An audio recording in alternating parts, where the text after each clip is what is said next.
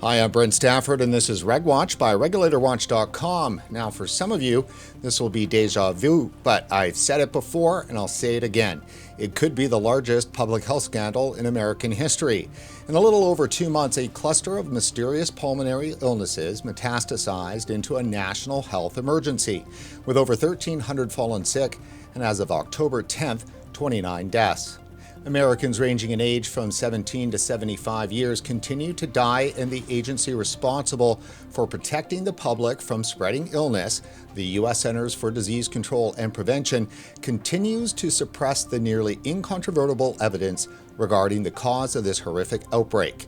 Did CDC's refusal, that is ongoing, to explicitly identify and warn the public about the extreme risks of using illicit black market THC products cause needless illness and death?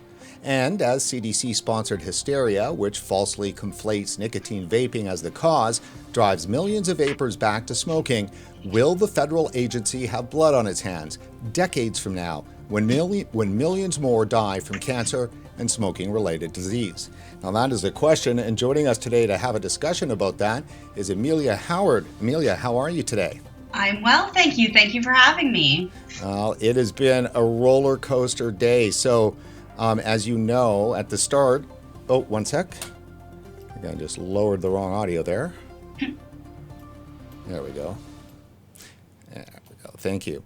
So, Amelia and I have not talked yet today in any kind of substance since we spoke this morning when we booked her to come in for Dr. Michael Siegel, who could not make it into the show today because he's testifying next week in front of Congress, and thought that maybe it might be just a little bit too much to come on the show, because he certainly knew that it was going to be a bit of a rock and roll show here in terms of the topic.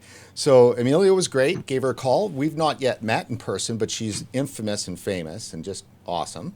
And we had a good chat, and she committed to coming on for right now. Amelia, so what happened was I spent about an hour and a half just retooling the show, getting the graphics up and everything else, getting ready, and I was just about to book not to book the streams, but to change the time start and put in the new graphics. It was about 10:30 in the morning, and all of a sudden I saw a bunch of tabs on my on Chrome just go like this, flickers, and I noticed I got signed out of Facebook. And then, so I go, oh, because, it's one of those things. When that happens, it's never good. And so I went to log back in, and sure enough, Brent Stafford, my personal profile, was disabled. What? Your personal profile? Yep. Yes, ma'am. So has there been an explanation, or? No. It's Facebook. They never give you explanations. That is brutal. Yeah. Has anything like this ever happened to you before? There was the one other time that it happened. So here's the thing. It only has happened twice, and it's only happened with very controversial content with right. Posting. Mm-hmm. One was controversial content with inside the vaping community. Mm-hmm. It was content that some people in the vaping community was not happy that we did the broadcasting on, and yeah, that was bad news. Mm-hmm. And then this time, this time it's most likely opponent pushback. So the first time was right after I did a piece on Gottlieb, and also connected with a now defunct advocacy group, and that was operating in the U.S. That group was actually trying to work with Trump and Trump's people. This was 2 years ago, and they were anticipating that Trump might play a role in this whole thing, and our content had been very pro-Trump, just for the sheer fact that we felt too as well that he was going to play a role. Whether it was good or bad, it could come down to Trump. And like I've been saying the last couple of weeks, is that the vaping industry really needed to build a wall around Trump, a wall of knowledge, right? And that wasn't done. So it left room for, progressives to get at the first lady. Maybe she's progressive, who knows? And then, there was just no way. And then you get into that situation where Republicans naturally are prone to see an issue like this as one in which that they can create social capital at a pretty cheap price. So I'll finish the story, and then I'm going to want to hear about your day. But yeah, so yesterday we released 3 1-minute or so snippets from our interview with Dr. Leon Shahab from University College London. Okay. And we're rolling out this little series that we're calling The Whole Truth. Okay. So, and it's with Whole Truth branding and everything else. So some pretty nice branding.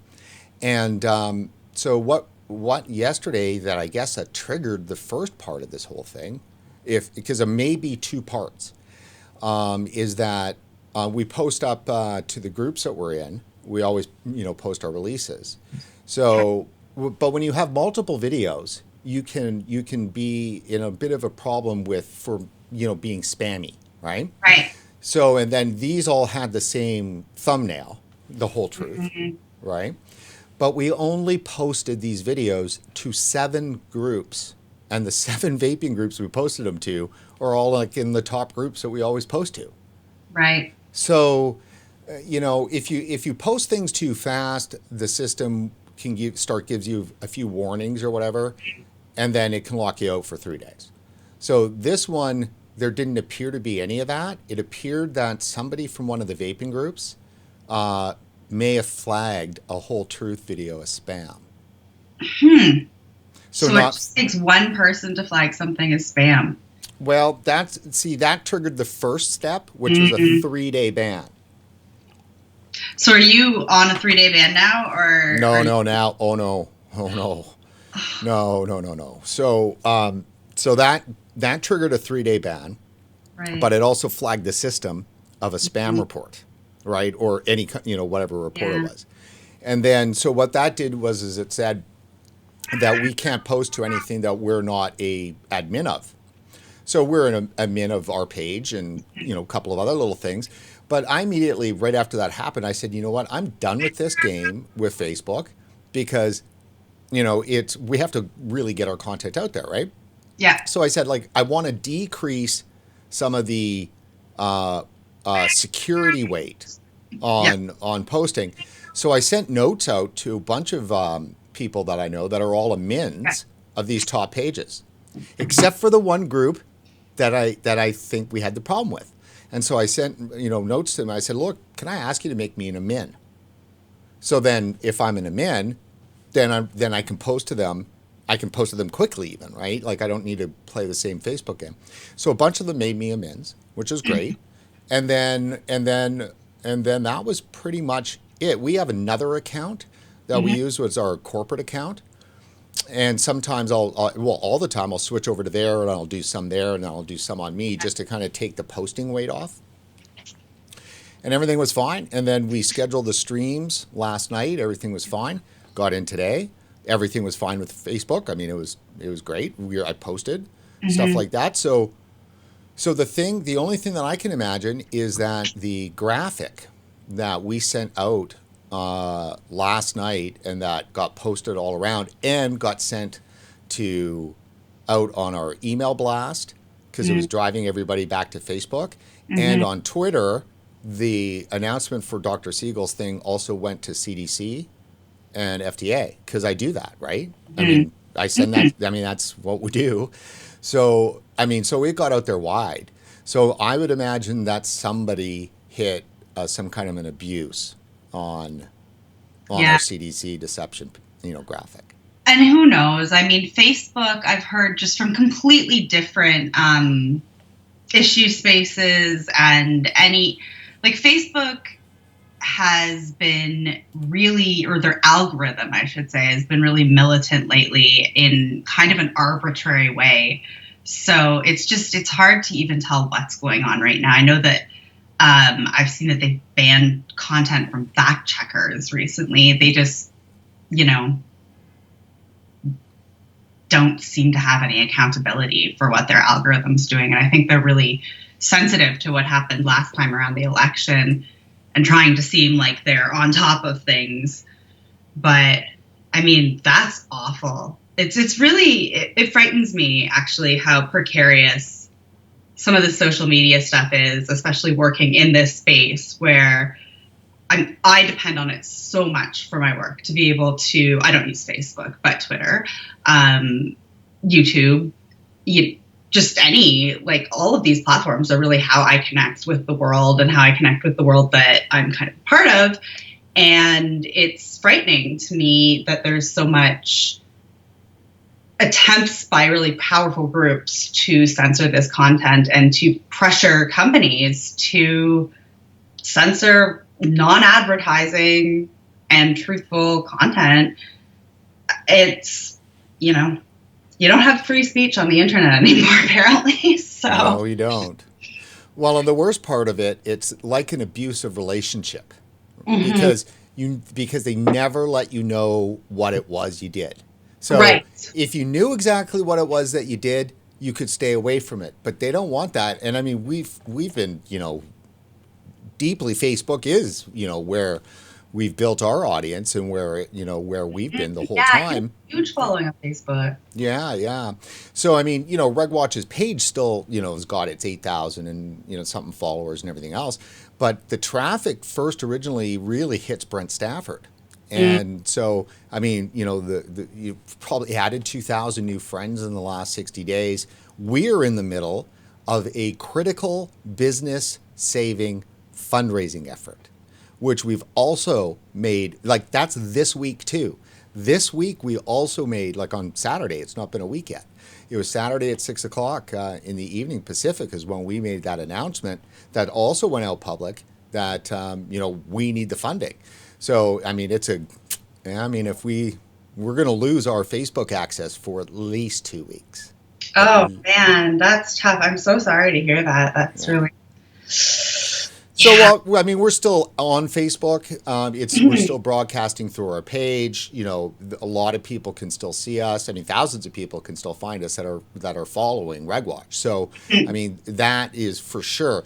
But there's a difference between me being able to reach out and touch individual people that have just, friended and stuff like that. And I can then talk to them and, give them, do an appeal or something like that. So, I mean, who knows? Maybe they also thought our fundraising effort. Who knows? Yeah. I mean, it's really crappy that they don't seem to, I don't know.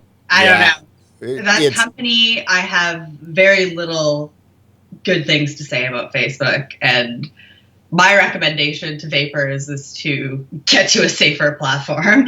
Yeah. But I mean, I'm not gonna lie, that's terrible, man. Like it frightens me to think that that's happening. Well, it blows because you just for one, it's not fair. It's clearly not fair.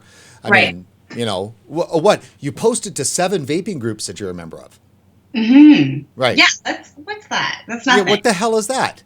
I mean, 7 vaping groups. We're a member of 120 vaping groups. We post to minimum 30 to 40 a day slowly. This is crazy. Is it here? Okay.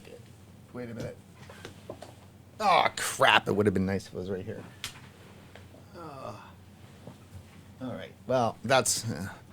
So I've got this double timer that's usually sitting right here, and one timer set for 2.5 minutes, the other one set for 3 minutes and 40 seconds. Because you've got to have the different kind of timing to upset the algorithm, and so then each time I post, I just switch between the two, and then I have to wait those individual intervals in order to not trigger the algo. Trust me, I've worked that like a minute for one, minute and a half for another. You can get maybe up to like 15 posts or whatever, and then you get booted. I mean, this is a 4-year process. We're experts at not getting the algo to kill us, right? But we can't do anything about it if somebody clicks spam or abuse, right? So anyhow, so that's the story. Let's get over it. The good news is that because I didn't know whether or not because we were going live and I couldn't change any of the timing, and I'm like, Okay, well, okay, I need to maybe, that's the way I'm going to tell our audience that Dr. Siegel's not going to make it on and that you are going to be on later. So I read the lead and I did an hour and 10-minute show. Well done. So yeah, it was good. So let's get into the content now. For Okay. those, for our audience that does not know who you are, and some of them are not Twitter people, and if they are, they may not be have into your sphere. But let me just say, you're definitely one of the most as an analysis. You've got that down. But I would say you're an influence maker. Is that the right thing? Like, or an opinion maker. Is that the better way? Well, I mean, I think that people have used terms like that before with me, influencer. I don't really. I like to have influence. I try to influence people. I think one of the things about Twitter that anybody that goes onto Twitter and tries to sort of engage with an audience in the community, you're always trying to influence people. I don't really see that as my role, but I don't know. It's been I've had a lot more attention lately, I guess, on Twitter than I've really ever had before. I think possibly because everything has gone that shit crazy. So sorry. And let's So make sure we back up for the audience. You're a Ph.D. candidate in sociology. yes, yeah. So fill them in on about that a little bit. So I study vaping. I began a project in 2014 on the history of vaping technology. I studied the sociology of technology, and vaping was sort of my case. It was my way to look at how user-driven innovation happens, because a lot of vaping stuff happened online. So you can see processes so sociologists of technology look at the social processes that lead to technology's development. So decision making, trade-offs, user preferences that come to be adopted into design. And a lot of this stuff often happens in private, or it happens in a university lab, or it happens at a company. It happens in the background. So you don't have access to it unless you are an ethnographer in a company or a lab studying this kind of work with the people doing it. The different thing, or the interesting thing about vaping, is that it is a case of sort of distributed user-driven innovation that happened publicly, and the public character of vaping development was really interesting to me, but also very useful for me because it was a huge data source of seeing these archived conversations about technology innovation, improving technology, user experience and stuff. So that's how I sort of came into the space. I also vape. And that's sort of how I knew it existed, and why I became sort of interested, because I realized that nobody was doing any kind of a sociological treatment on this area. It was all dominated by public health. Sort of being around vaping and starting to understand the politics of it, that's what took me more towards a harm reduction and public health, not focus in my dissertation, but looking at, so there is a harm reduction focus now, but really looking at how public health has responded to vaping, how systems that were there before vaping came about, so tobacco control, medicine, behavioral medicine, addiction treatment, like pharma, tobacco companies, the whole mature system that basically exists because they make money from selling cigarettes or because they treat cigarette problems. I've looked at how that's responding to vaping disruption. And then I also look at the moral panic around vaping, which is more intense exactly than what's I've ever happening. seen it before now. So, right.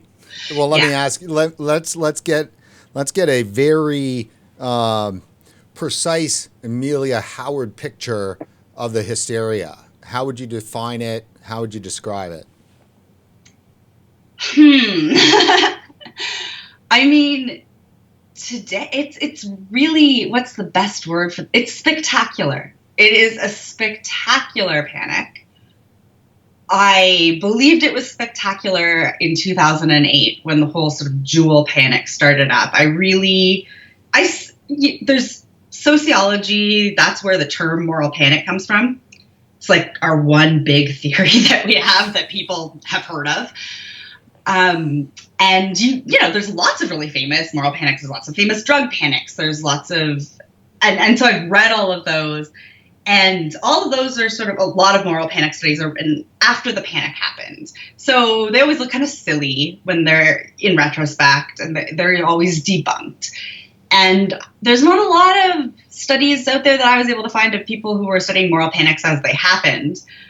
And I have to tell you, I mean, it's quite a maddening and crazy experience and really hard to do. And I really understand why people study them after they happen, because the whole situation is so volatile. Like, things change every second. And so, for example, I really thought that the sort of Juul panic was going to be the big one.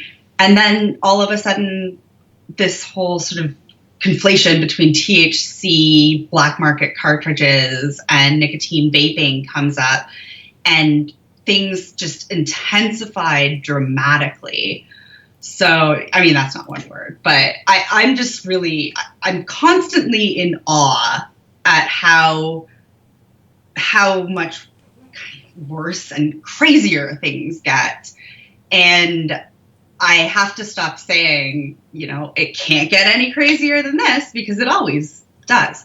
So yeah, it always does until everything burns down, I guess. Yeah. Something like that, right? It's got to. Let me ask you this, because when you said that nobody else really that you know of actually had covered, and you mean that in an academic sense, right? Right. A moral panic as it's happening. That to me is fascinating. And I wonder if one of those reasons why it would be a standard Gramsci kind of a thing, dominant hegemonic ideology, right? So you could not have a proper moral panic if there wasn't a dominant hegemonic ideology, because you need to be inside a thing and not know it exists. In other words, to be panicked like that. So as researchers, you're a part of the hegemony, already, unless you're a real outlier, right? Yeah. Well, I mean, I think part of the reason, I shouldn't say that. Now that I'm thinking about it, I can actually think of a few where sociologists were kind of part of them, but they weren't publicly writing on them, kind of thing necessarily. But I do think that there's the other thing probably is that what we're seeing here is different moral panics. So I should really sort of turn back and work on one, but it won't give me a rest because things keep getting worse. But I think that might be part of it too, is that moral panics sort of by definition are really volatile. Like, they spike up and down. So I've been looking at vaping for a long time, as have you, and it all kind of bleeds in together. But in terms of what moral panics are, you actually see sort of series of them. And so maybe part of it too is people just get a break sometimes so they can write stuff up because, they don't have to. I shouldn't say that. Maybe somebody does this. I'm probably speaking out of turn, but, I just feel like every second where I'm like, okay, now I can work on this, something crazier happens. And now I've just stopped doing research. I'm no longer, I am sort of doing research, but I'm not doing research towards my dissertation anymore because I had to cut that off so I can write it up. But now the situation is so bad that I have trouble doing my write-up and doing my research because the whole industry and advocacy sector and just everything is so in danger right now that I don't feel right sort of going out into the woods to hammer out a dissertation if there's things that I can be doing to help, because there just aren't enough people to do those things. So you're kind of torn because you want to do advocacy too. Right. So it sounds like it sounds like a real double-edged sword for you. And for our viewers, we're going to get into some of the nitty-gritty on CDC. I already did an hour of that earlier today. We'll just briefly just summarize that, and then we can get Amelia's take on it. But before we do that, I want to make sure that I don't lose this particular comment. So every PhD candidate that's ever been alive always is threatened around year 6 or 5, right? And it's that like, oh my goodness, if I go another year, it's going to be 11 before, right? It happens. Now I've got my master's degree. I plowed through that, but but during that time though, there were plenty of people that were colleagues of mine that were on their 10-year track on their PhD, right? So, and their issues were not as fast moving. I mean, there's very few as fast moving issues as vaping. Mm-hmm. So I can only imagine that you'd be very tough to sit down and write. It is. It's tough to sit down and write. It's tough to, quite honestly, it's tough to justify to my university that my university's not happy with me for not completing, especially since schools have a lot of cutbacks these days. So they want people out the door. Even though I pay tuition. But so it's hard to sort of explain. It's always been a challenge, actually, to explain this particular research project and how it actually has its own kinds of challenges that people in my department, people doing arts degrees at the university that I go to, don't necessarily understand yet. And I'm really lucky to have supervisors and mentors around me who do kind of get that this project, there's something really special about it. But also, and I've been given some, a certain amount of rope to study an emergent issue that nobody is studying in my field. So it's not about filling like a little hole in the knowledge. It's like you're looking at this void and you're like, where do I start?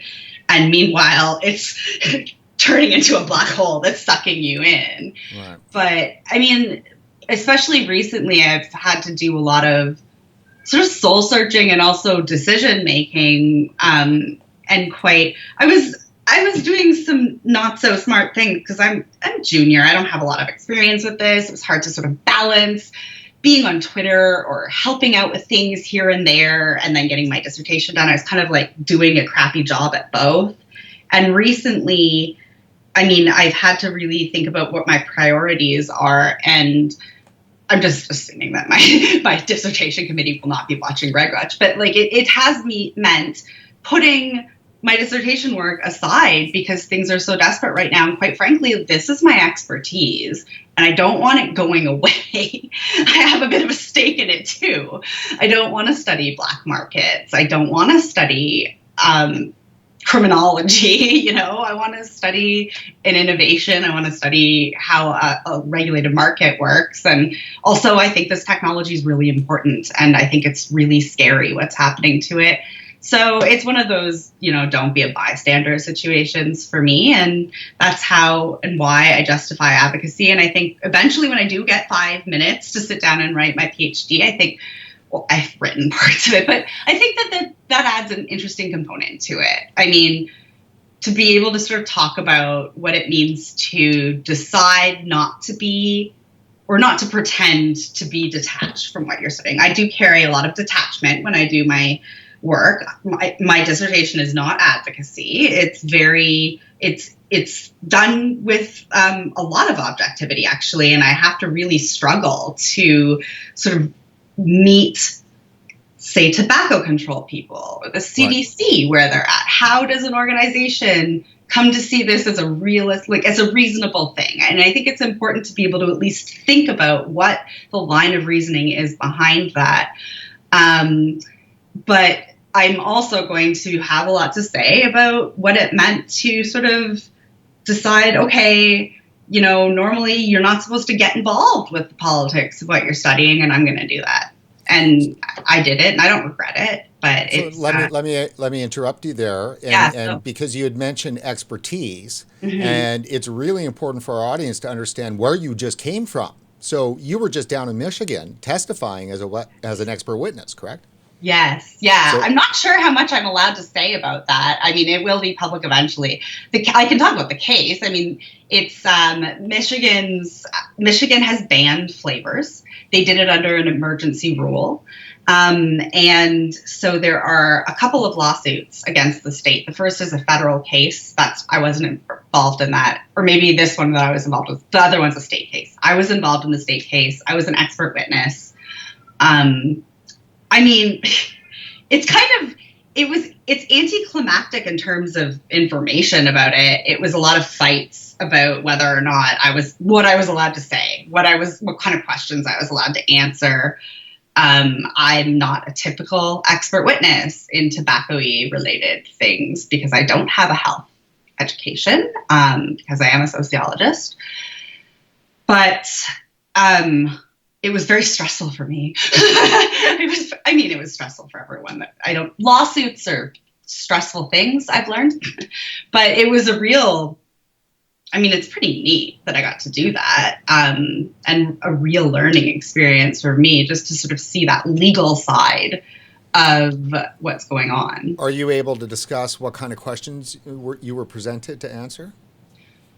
I'm not sure. I know it'll be available soon, but to be honest, Brent, I don't even remember because it was just so.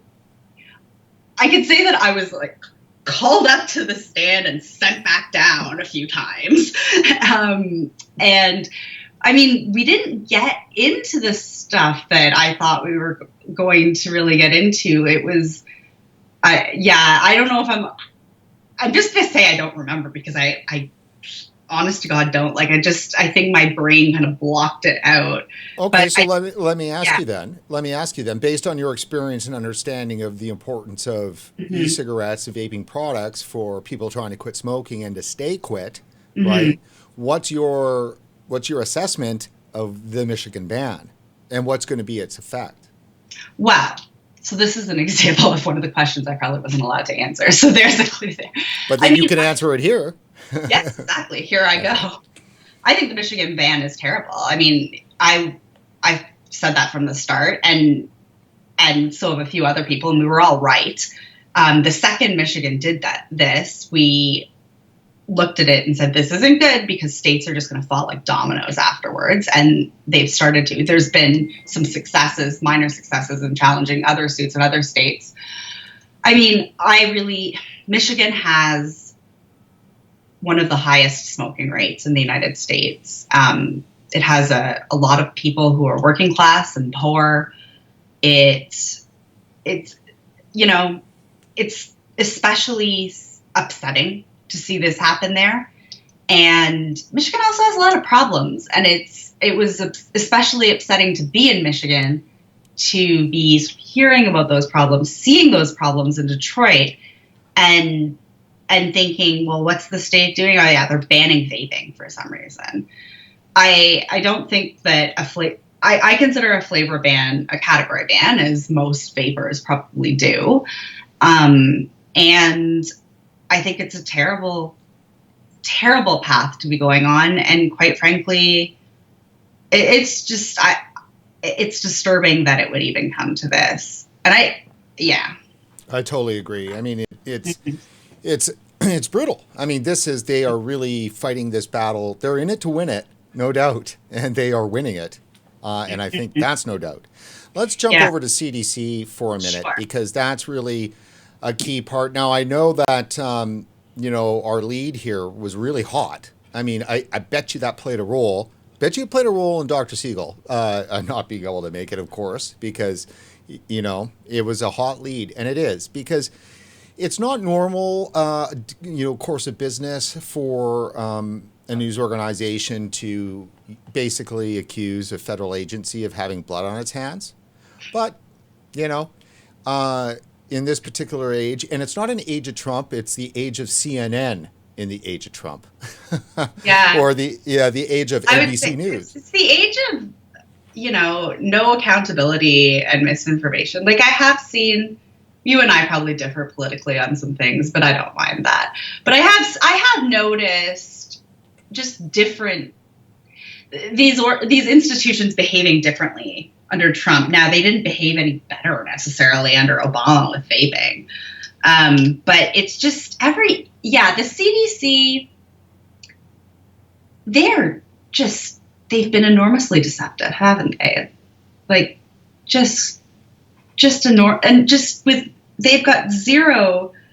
I can't believe that they've done this. I think that it's actively misleading. And the news takes, to be fair to CNN, which I don't necessarily love to have to do, they take their cues from, like, major news organizations take their cues from these government agencies. And when the government agency is saying e-cigarettes, e-cigarettes, e-cigarettes, nicotine, nicotine, nicotine, also THC, don't use THC, but nicotine e-cigarettes.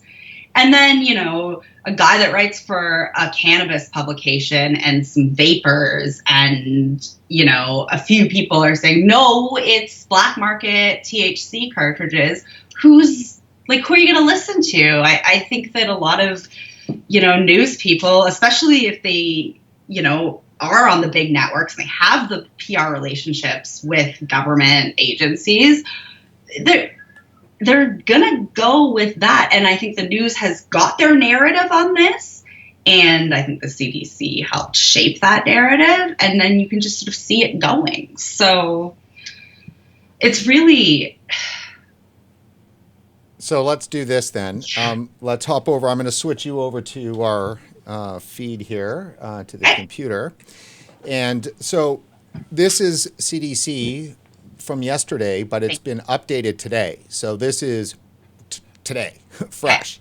And let's take a look at that. Look at the headline. It's outbreak of lung injury associated with e-cigarette use or vaping. Yeah. I mean, that's it. So yeah. Go ahead. No, go. I was just going to say, at this point, how can you not call that lying? Clearly. Yeah. Well, I'll take a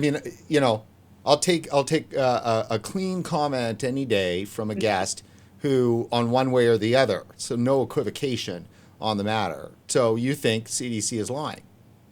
Well, yeah, I do. Because I think that,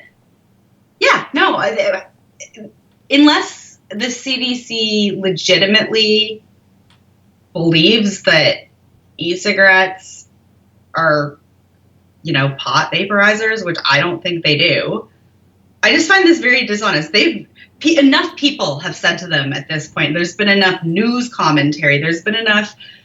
They would have been able to see what experts in this area are saying, which is that nobody calls THC carts e-cigarettes. You need to be clear about what the threat is. I know that they've seen that. Even just with the FDA, at this point, it's just dishonest. Maybe it's not lying if you want to use a really technical definition of lying where you explicitly say something that's false versus, you weasel around in that. So how about the word we used in our piece in the title, deception? Yeah, it's very deceptive. It's very deceptive. And I mean, a deception involves some intent. And and the position here is got to be is that, look, if you want to split hairs and go, well, maybe they don't know or this or that, all you have to do is you have to look at outcomes. If you look at the outcomes and you gather up all of the outcomes, which is a destruction of the U.S. vaping industry in progress, and it's not slow motion. This is fast motion destruction, fast motion, complete total PR disaster that's unrecoverable from without help from the actual agencies that started it. These are the outcomes that are happening right now. And when you add up all the outcomes, the intent is clear. Yeah. I mean, you could just look at it in terms of the CDC's history with e-cigarettes, which is, not great. And they have never been, this is not an agency that is famous for leading the way in honesty about these products. And I think that what happened with the tainted cartridges is it was used as an opportunity. And you see that with Michigan to an extent. You see it with New York. You see it with the CDC. I think that, people who are able to influence the narrative on this, they're not stupid. And I think they saw this as their chance to roll with it. And I think they knew that it would mean being a little bit deceptive. Now, do I think they knew that 27 people were going to die? Maybe not. Do I think they can really control it now if they wanted to change things? I'm not sure. But I think that there was it'll be interesting. I hope that many FOIAs are being filed right now. It will be very interesting to see what was happening behind the scenes here, because I really don't believe for a second that the majority of people at the CDC believe what they're saying is useful to anybody who's at risk here, or who's not, for that matter. Now, that's a pretty damning statement. Well, I get to make those statements because I'm an independent researcher. But yeah, no, I mean, I think it's tough but fair. People can disagree with me, but I know the CDC doesn't listen to me, but I've been yelling at the CDC on Twitter for over a month now. And when the first person died, I said, you need to get stuff together or more people are going to die. And now a lot of people have died. And Mike Siegel, I mean, who was going to be on the show, it's too bad he's not. I don't even know if he would think that you were too out of line, because Mike Siegel has been very damning about the CDC. And I have, from the very beginning, been so thankful to him for having the courage to say something about it, because, he's part of that world to a certain extent. And the lead for this show was written. I mean, I've had Mike on the show 3 times, right? So he was just on the show 3 weeks ago, or 3.5 weeks ago. So that was written for Mike, right? Mm-hmm. So, but I don't know. I think something was going on out there. Something's gone out there in the world. I think we just got a lot of attention on RegWatch in the last little bit, and certainly around this. So let's go back to the CDC's position here. So I want to because there's going to be some of our viewers that probably have not gone through this. So, outbreak of lung injury associated with e-cigarette use or vaping. This is today. This is right now. Now, a lot of people have been seeing, and there has been some kind of hopeful coverage over the last 2 weeks, where more and more news organizations, including some of the big ones, including CBS, who just did an investigative report, were starting to, or completely talking about the THC. And so many of our viewers and vaping, people across the world have been looking, for any mention of THC in articles and sharing them very hopefully, going, look, see, hear this, right? Mm-hmm. But then what does the CDC do this week? They come out, this is like a standing their ground beyond belief in the midst of people dying. So, mm-hmm. So I mean, there's no confusion here. So just like you said on e-cigarettes, there's no way the CDC up until, and we'll take a peek a little bit later, but I think it's only in the last several weeks when they could not bear it anymore, they added THC to their announcements. But definitely all of their early ones just said e-cigarettes and vaping. And they put vaping in quotes too. So clearly they've been not accurately, they've been deceiving. So let's just go down here for a sec. So this is October 11th at 1 p.m. Eastern. And what we know, as of October 8th, 2019, 1,300 lung injury cases associated, and does that zoom it in a little bit? There we go. Associated with it, 26 deaths. All patients have reported a history of e-cigarette or vaping products. Mm-hmm. I mean, hello? I mean, where in the world have we ever seen THC associated with e-cigarettes in any kind of way? Yeah. I mean, there has been some interesting stuff that I was catching here and there. before any of this happened, there was an influx of anti-drug groups into this space. They started to do like Juul education. It was the Juul stuff that really caught them in here. And they have specific funding, a lot of these groups, for illicit drug prevention stuff, as well as, and tobacco and alcohol is kind of thrown in there and used to be sort of an aside for them. And they really grabbed onto this Juul stuff. And in that's where I started to see, the bit of a convergence between cannabis vaping and e-cigarettes, and the way that they sort of did it, or the way it seemed, what they seemed to be trying to achieve with that was, you have two sort of different cultures that will oppose to tobacco use versus cannabis use. And I think what some of these groups figured out is if you can use vaping to get them to hate both.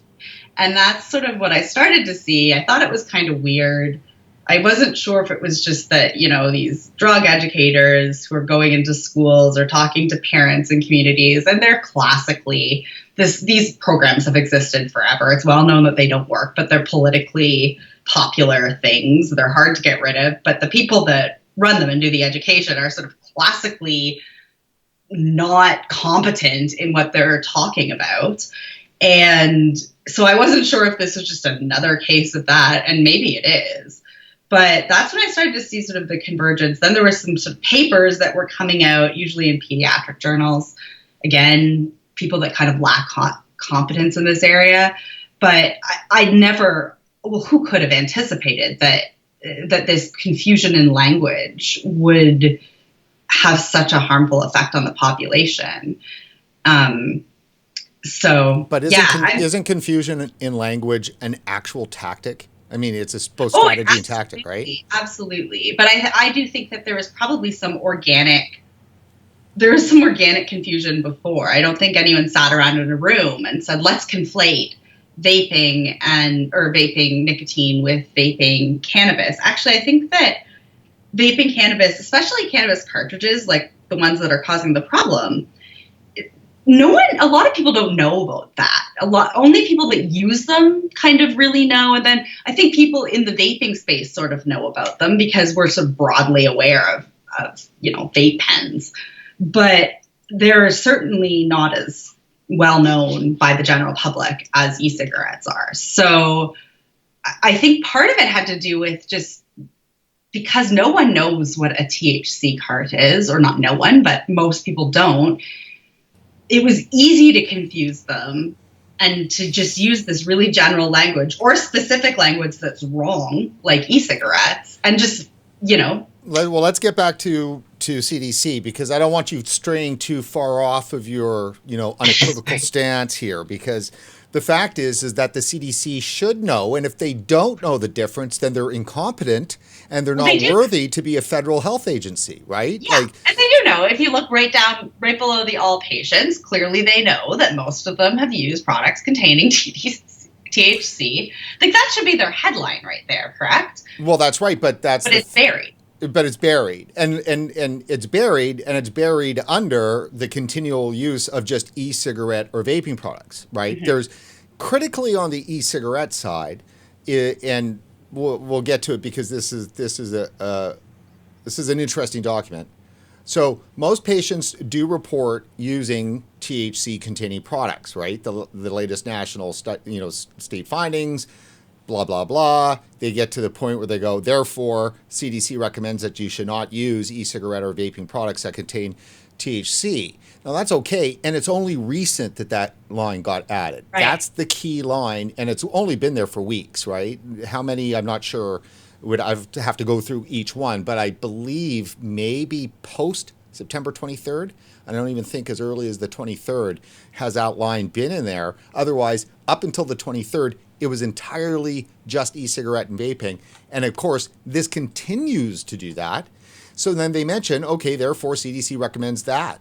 But then CDC says, exclusive use of nicotine-containing products has been reported by some patients with lung injury cases and many patients with lung injury report combined use of THC and nicotine-containing products. Therefore, the possibility that nicotine-containing products play a role in this outbreak cannot be excluded.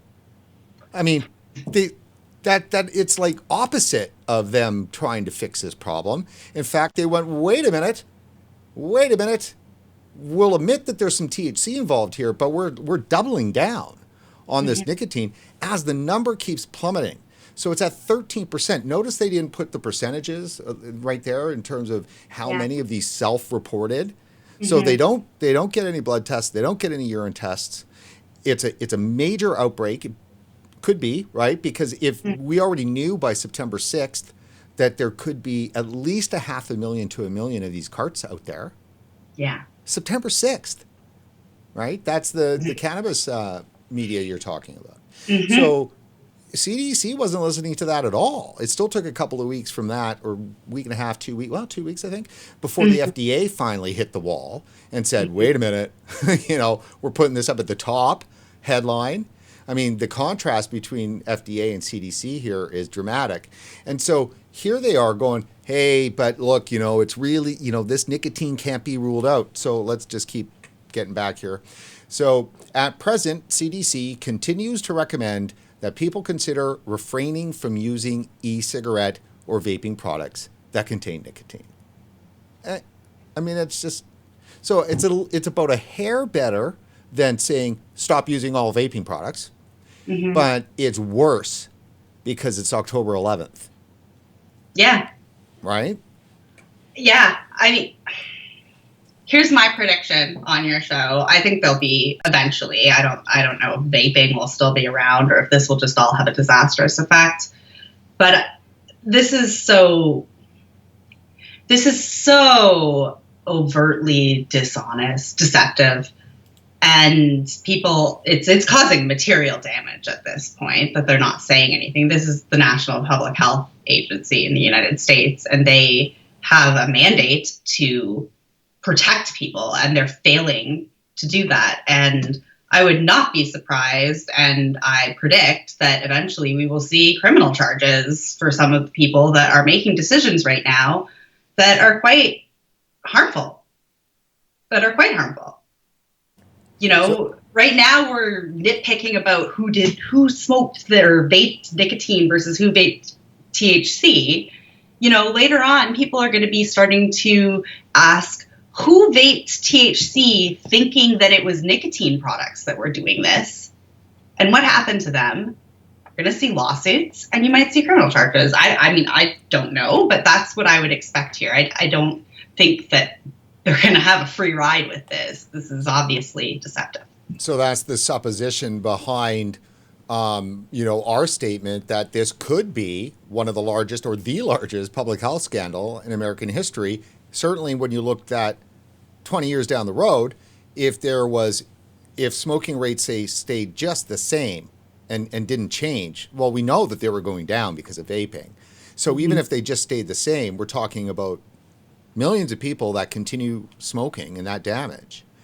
So so there's a two-pronged piece to this public health disaster. One is that if they knew that THC cartridges were likely tainted, and this is a tainted product issue, a tainted black market product issue. It's as simple as that. This is bread and butter. You've got black market products, and they're tainted with something that's killing people. As simple as that. And then they blame it on something else that has the same delivery system of some sort, but that's legal, and that's been helping millions of people across the world for 10 years.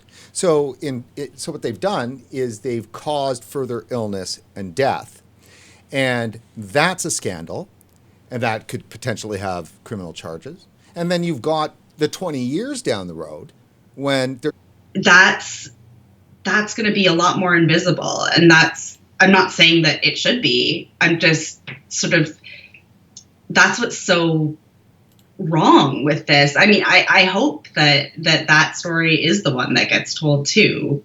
What I'm scared will happen is that'll just sort of be overlooked because it often is, why didn't they just quit another way? Or why didn't they use the gum instead? And the CDC, it's harder to sort of, I do see that as the major public health issue, but it's hard. It's the material damage that's so obvious is with the tainted cartridges right now because they're killing people. And I think that's just the history of smoking. The reason that no one seems to care about smoking is because all of the damage happens when people are old. I mean, they're not that far away from death necessarily in the span of their lives.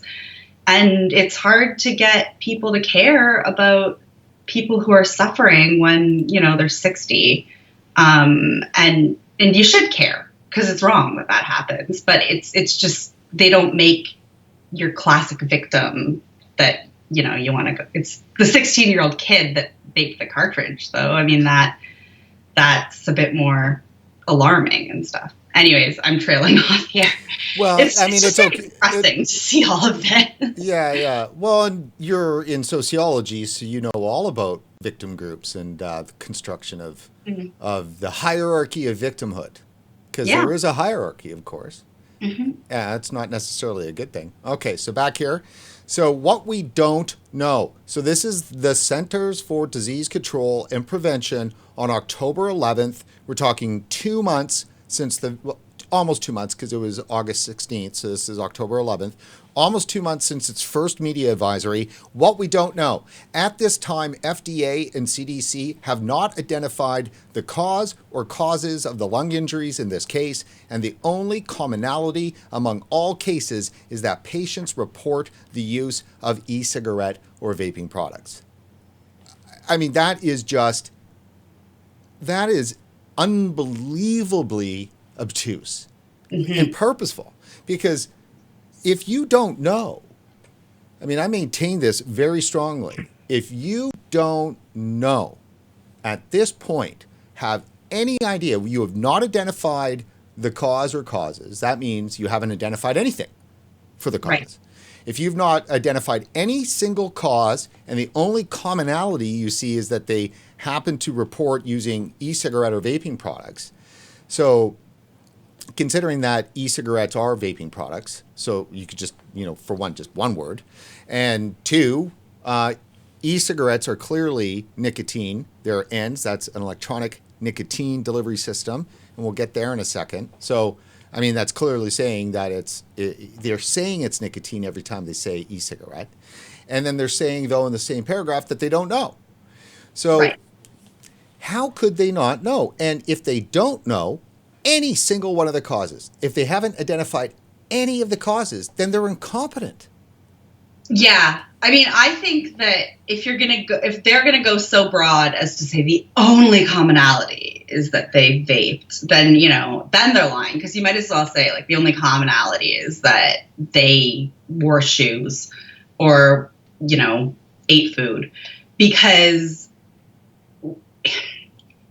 they all vaped. But, and I think, there is a grain of honesty in saying that they haven't identified a cause and they haven't identified a single cause. They certainly have some theories, and they're not being honest that nicotine doesn't fit into those theories that they have, and nicotine doesn't have the mechanism that they know in those theories. So, yeah, I mean, at this point, I have trouble believing that people are that incompetent, and you probably do too.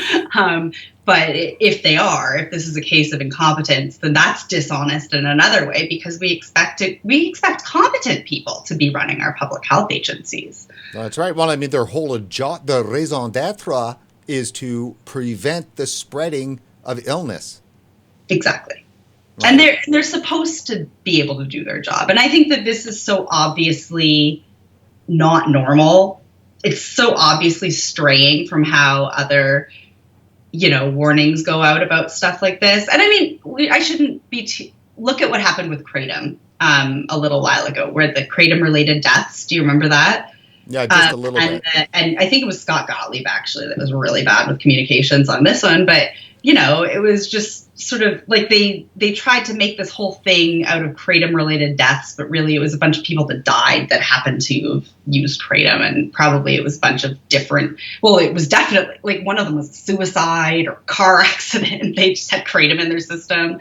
And so, there's a bit of that going on here where vaping is not the only thing that these people have in common. They probably have lots of things in common. They've been into a house. But the CDC is saying it's a relevant thing. It's the only relevant thing. And it's not relevant at this point. We know too much at this point for all vaping to be relevant to these cases. Even though some people are saying they only vaped nicotine, the fact is we don't have a mechanism for nicotine, and they didn't test nothing.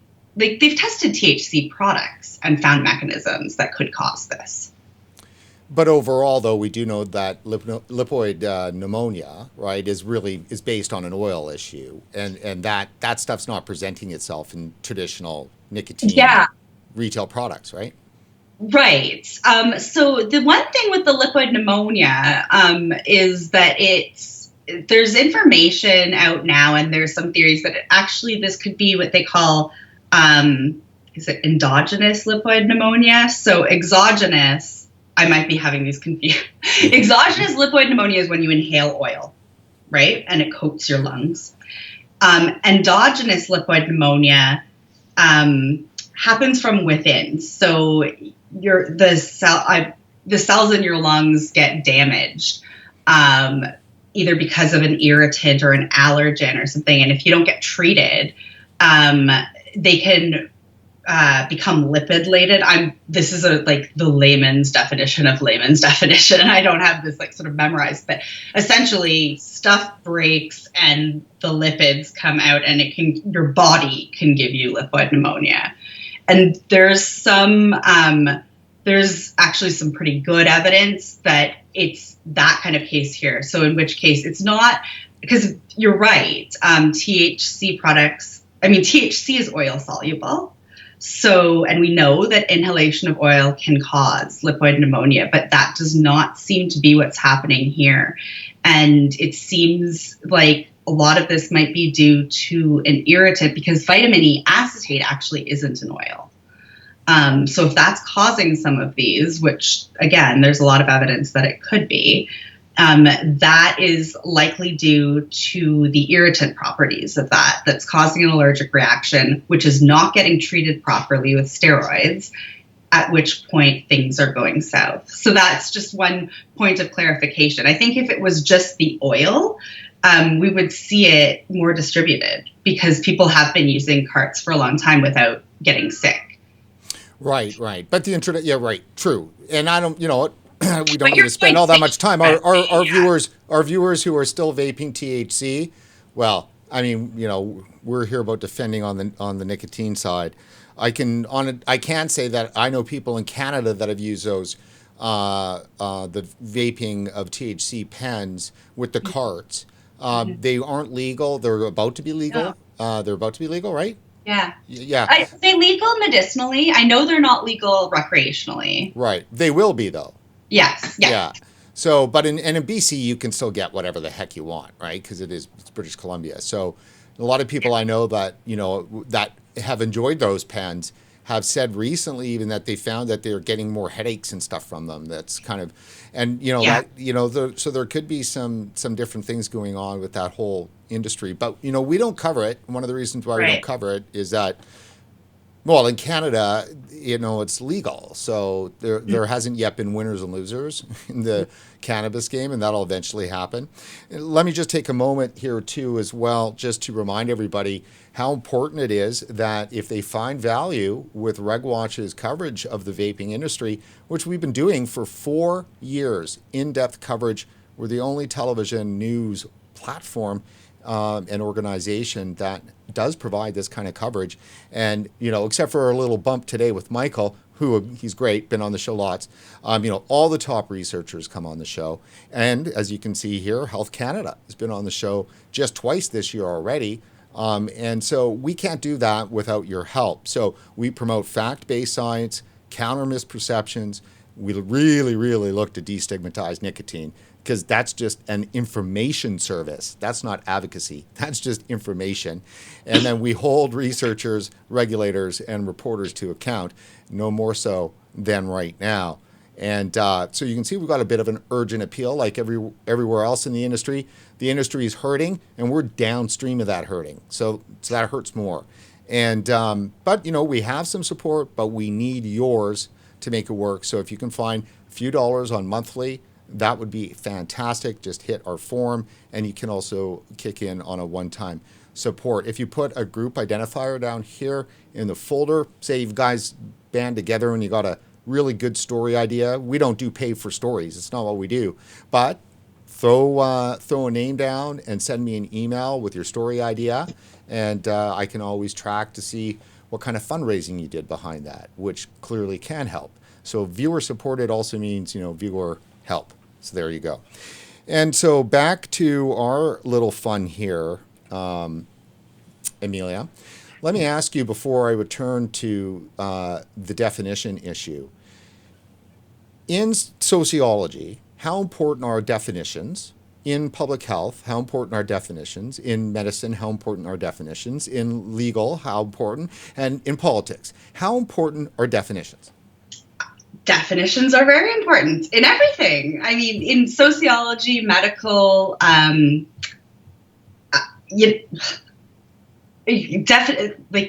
there's a reason that language is connected to ontology. It's how we know our world.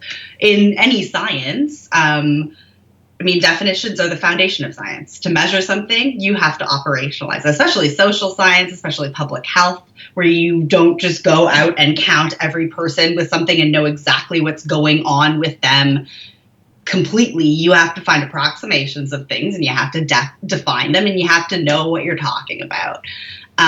When you don't define your terms properly, you don't know about what you're talking about, period. Obviously, with legal, definitions are important, as we've seen with how vaping gets defined relative to tobacco. But yeah, at a very fundamental level, human beings rely on language, and we rely on having a shared language. And when, people stray from that shared language, we consider them crazy. But when an institution strays from that shared language, and they're supposed to be sort of the language and the CDC is who we default to, or organizations like the CDC, that makes everything crazy. And that's what's going on here. Well, I don't know. That's kind of high as a definition, or as a definition of it, but it's really, it's like postmodern hell right now is what's going on. Anything means nothing, and nothing means anything, and it's a hard world to live in. Well, I'm really happy you put the fine point to it. It is postmodern hell. This is ideology operating. And that's all wrapped around power. This is power when you're doing something like this. It completely is. And so to wrap on our definition, I loved your comments on definition. So here we have, this is just towards the very bottom of CDC's current release, and it says key facts about e-cigarette use or vaping. Electronic cigarettes or e-cigarettes are also called vapes, e-hookahs, vape pens, tank systems, mods, and electronic nicotine delivery systems, ENDS. So, yeah, and that's fair enough, right? But the new tacked on line there, so using an e-cigarette product is commonly called vaping, okay? And then e-cigarettes work by heating liquid, fine, got it. It's the very last bullet. The liquid can contain nicotine and THC CBD oils. That's all brand new. Yeah. I mean, the liquid can contain. What do they mean by the liquid can contain? An e-liquid can't contain THC. I mean, it can't. It can if you throw it in there, but that's not what people are doing. There's two. If they're implying by this the way they've written this, and to be quite honest, I don't know if they believe this or not, because at this point they could just be that stupid. But you can't you can't mix tetrahydrocannabinol, THC, whatever. THC is not soluble in water. It's soluble in oil. It can't be mixed into the base of an e-liquid. And that's what they're implying here. And that is dishonest. And if they're really that incompetent, they shouldn't have anything to do with these products. And they should all quit their jobs. But they're not going to. So at this point, it's just deceptive and wrong that they're saying that. You can't. It's not the liquid that contains it. Yeah, you can put the stuff in there. The other important thing is that that some people don't know, especially, not all vapors pay attention to cannabis vaping and vice versa.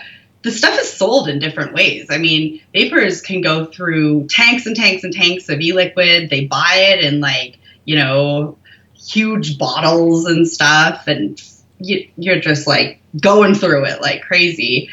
Whereas a THC cartridge, it's sold, the liquid is sold in the cartridge. The cartridges are expensive. The cartridges last for a long time because they're incredibly potent. And so it's not like we have a situation where people are, putting THC concentrates into their e-cigarettes or using, a vape cart for pot with e-liquid. The way they're sold, the supply chain. I mean, the CDC makes it sound like, people are putting weed in their e-cigs. That's not what's happening. They must know that at this point too. Right. And that's the key thing in terms of that. It's it's insulting because, it's a progressive postmodernist kind, progressivism and postmodernism together. You think it's progressive? I don't know if it's, we don't know. Oh, sure. Well, sure it is because progressivism in itself is the administrative state, and progressivism, they are the science and the experts. The craziness is that when postmodernism meets progressivism, then it becomes anti-science. Right. Right. So it would be, yeah. I guess I guess it's sort of this bastardization of the two. But yeah, in any event, it just doesn't make any damn sense, and they need to start making sense. That's the problem, is because you have the CDC corrupted. Now, let me just say, though, because I don't want to leave FDA off of the chopping block here, because this all began. Now, whether or not he was forced to do it or he was captured, saw the opportunity to make social capital or whatever it was. But when Dr. Scott Gottlieb, who was then commissioner, on September 18th of 2018, came out and announced that there was an epidemic of teen vaping when no data was released and they really didn't know, right? And said it was an epidemic of teen vaping that presented a clear and present danger, right, to young people. So that's the language in FDA. It's like CDC. I mean, when a public health agency like that uses that language, that's the language you use for Ebola. That's the language you use for cholera. That's the language you use for TB, for the plague. Whatever. That's real. That's real language. So that allows everything to develop. So the hysteria may seem very fast here, but it's slow unwinding from Gottlieb's statement, because that just permeated through the entire culture and narrative in the media and stuff, like even just today. With you saw the Health Canada thing with the chief medical officers. Did you see that? Right. Yeah, I think I've got that easy. I've got that. You can. Yeah, I think I've got that easy at hand.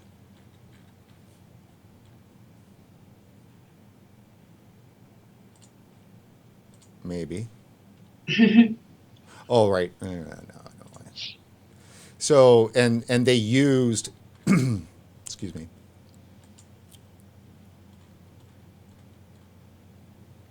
All right.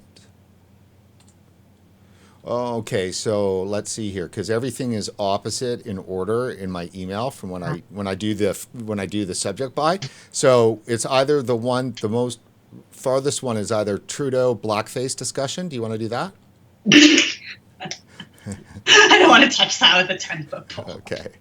All right. Just giving you the opportunity there. For some reason, I guess, could I possibly have not actually emailed this to myself? Maybe.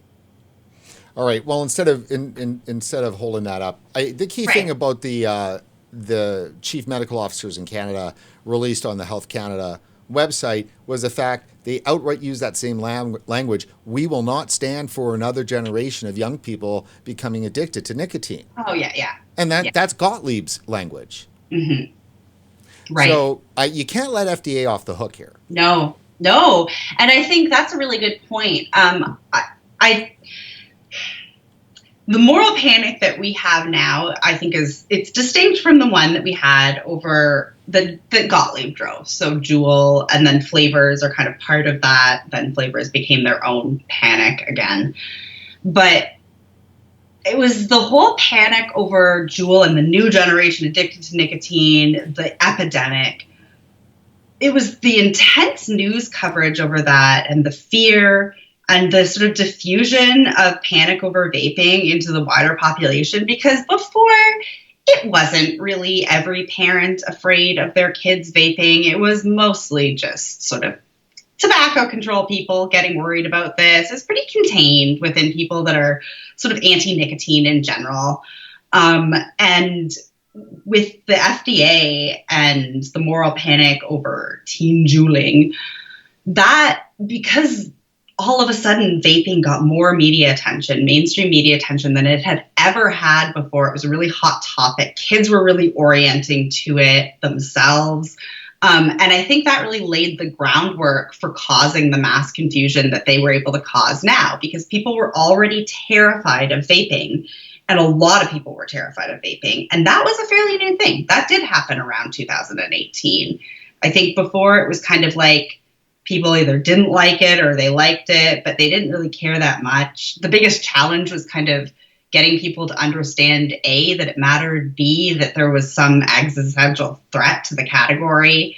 But now it's a lot more fear and anger towards vaping companies and all of this kind of stuff. And then you have something like this happen, and people just assume it's got to be those bad e-cigarettes. Well, I'm glad you mentioned that, because that brings me to something I want to get your opinion on. And my viewers will definitely be very familiar with this, so I'll do this very quickly. It's very much a Rousseauian thing, right? So Jean-Jacques Rousseau, and delivered that wonderful theory that human beings are born good naturally, right? The whole blank slate theory, right? Mm-hmm.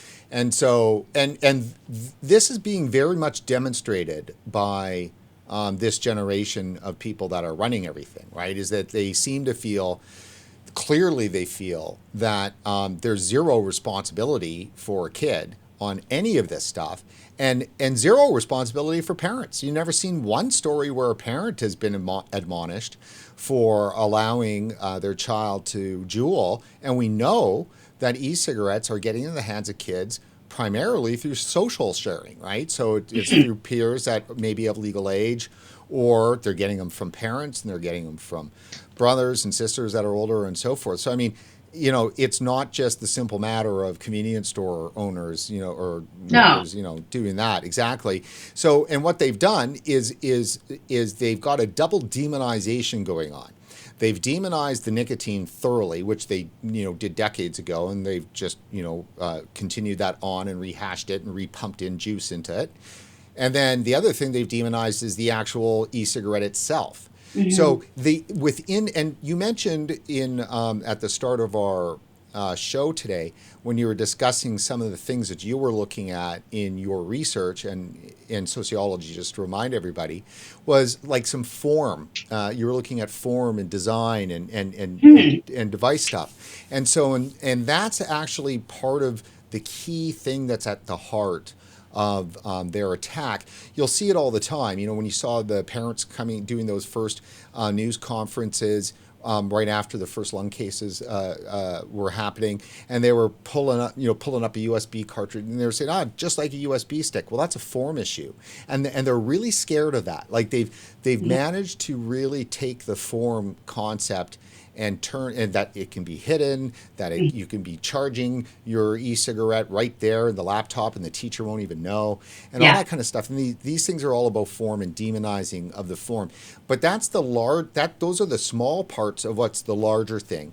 And that is that the only thing that makes somebody go bad, that makes a kid do something bad, or makes, an adult do something bad, even if it was from something that happened to them when they were a child, and then it's still, regression or whatever. But the thing that makes people go bad is only faulty social institutions or ignorance, bad education. So that's the Rousseauian position. That's the position that everybody that's on, the progressive left has.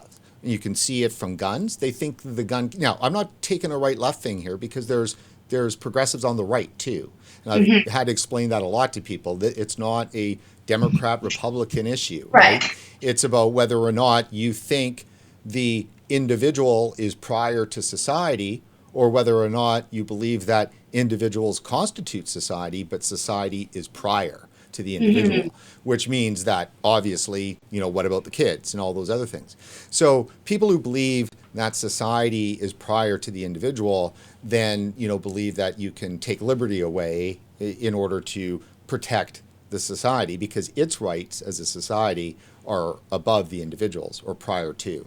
And that's really what progressivism really is. And so when they look at that, when they look at faulty social institutions, that's your whole gamut. Like, that's why people go bad. And so the gun is the problem, not the people who use it, right? The gun, it as the thing. And they've done the same thing with the e-cigarette. It's not the user of the e-cigarette. It's not the parents who are responsible for adolescence. That's the issue. It's the actual thing itself. Yeah, I mean, I'm going to push back again on the progressivism thing, because I do think that there's a bit of look, with drug harm reduction in general, has been a progressive movement before conservatives started getting involved here. And I do agree with you that it's not a partisan issue. And I do agree with you that there's people on the left and the right that sort of see the role of the state in different ways. I think that, true progressives, of which I consider myself a member,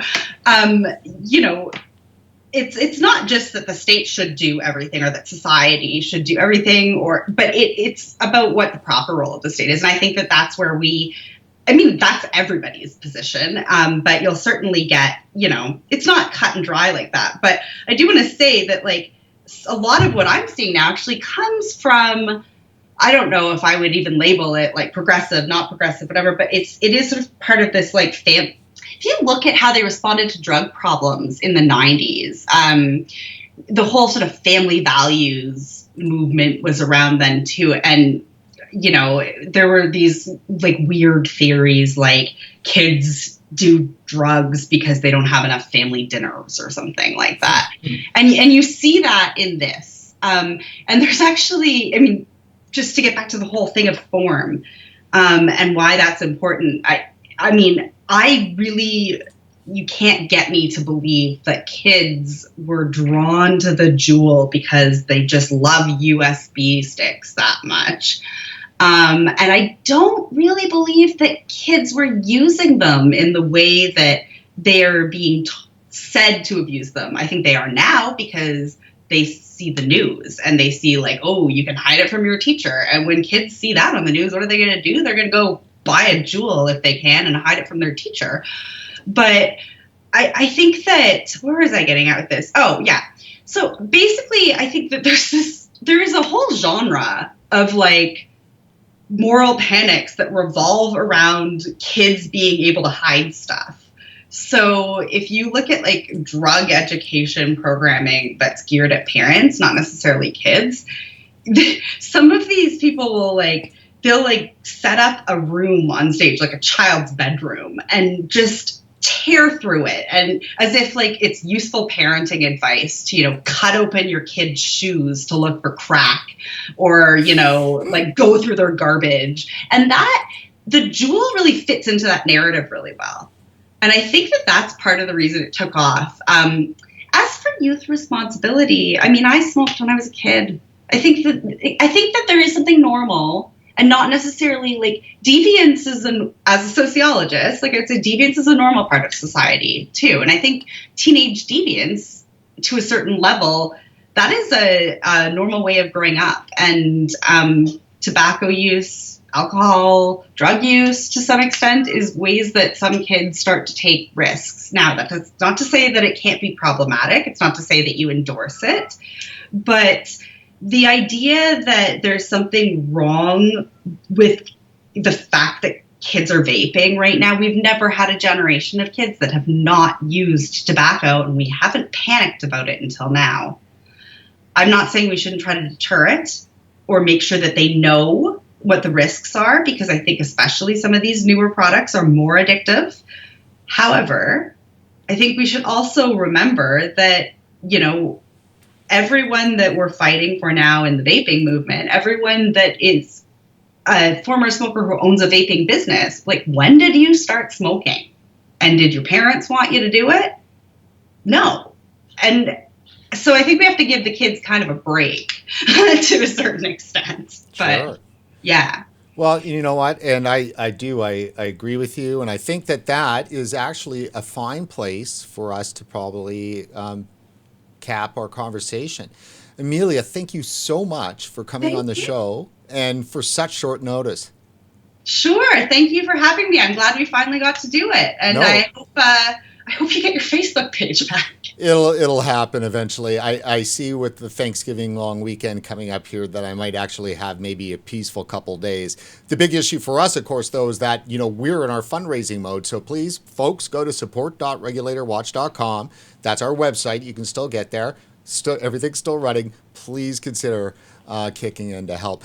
Amelia, thanks again for joining us. And for everybody, I'm Brent Stafford, and this has been RegWatch. I'll see you in the pictures.